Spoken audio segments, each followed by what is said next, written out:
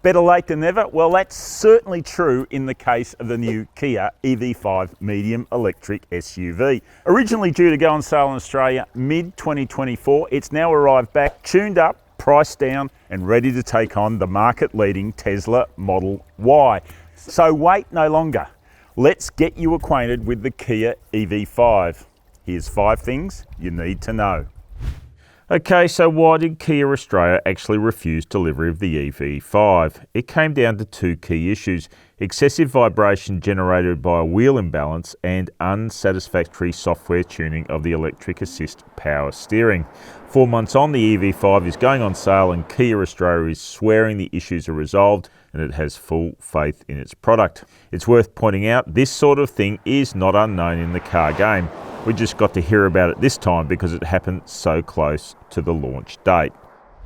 Kia's underlined just how competitive it wants to be with the EV5 by launching it with a starting price under the Model Y.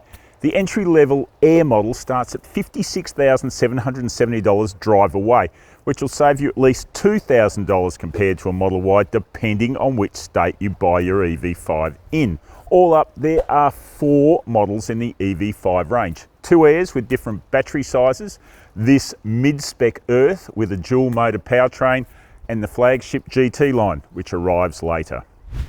If you're used to EVs looking like lozenges on wheels that sacrifice exterior form to slip through the air more aerodynamically, then the EV5's exterior is a bit of a shock. It's squared off like its big brother the EV9, and that's designed to ensure it fits the brief of being a family-friendly SUV. Measure for measure, it's damn close to the same size as the segment-leading Toyota RAV4.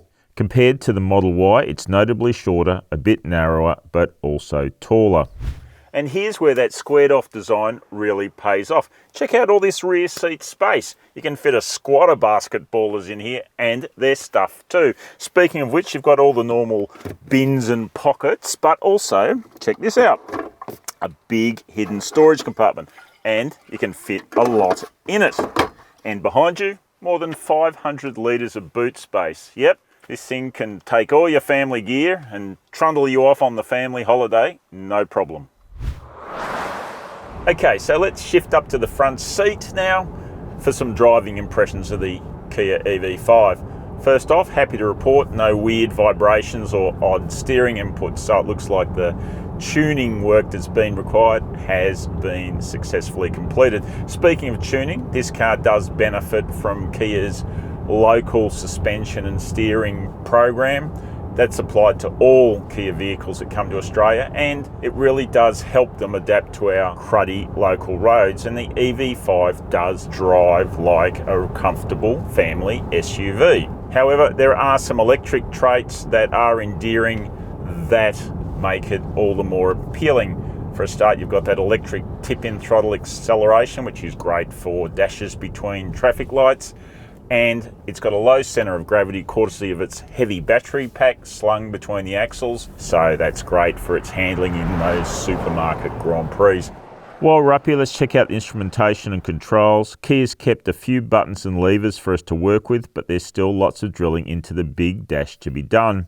And it's noticeable for all the modern looking design, there's plenty of hard surfaces in the cabin. It feels hardy rather than prestigious. Big costs like the battery pack chew up luxuries like soft trims.